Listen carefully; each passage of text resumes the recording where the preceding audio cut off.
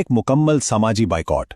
जब जुल्म की इंतहा हो गई, इतना कि मक्का की गलियां खुद मुसलमानों के लिए तंग पड़ गईं, तब आसमान से हुक्म आया हिजरत का, एक नई सरजमीन की तरफ, यस्रब की तरफ, जहां एक नई उम्मीद मुंतजिर थी।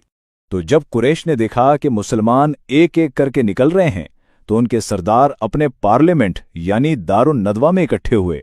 वहां अबू जहल ने एक बहुत ही शातराना, एक शैतानी मंसूबा पेश किया। कहा कि देखो, हर कबीले से एक एक ताकतवर जवान तलवार ले और सब मिलकर एक साथ हमला करें। इससे क्या होगा, कत्ल का इल्जाम किसी एक कबीले पर नहीं आएगा, बल्कि सब पर बंट जाएगा। और बनु हाशिम भला अकेले सब कबीलों से कैसे लड़ेंगे? तो ये थी इनकी चाल, ये था उनका मंसूबा। लेकिन वो एक बात से बिल्कुल बेखबर थे। वो ये कि जब वो जमीन पर अपनी चालें चल रहे थे, तो आसमान पर कायनात का मालिक एक कहीं बड़ी, कहीं बेहतर तदबीर कर रहा था।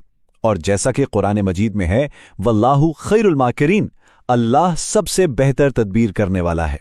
तो चलिए अब देखते हैं कि इस अजीम सफर का आगाज कैसे हुआ।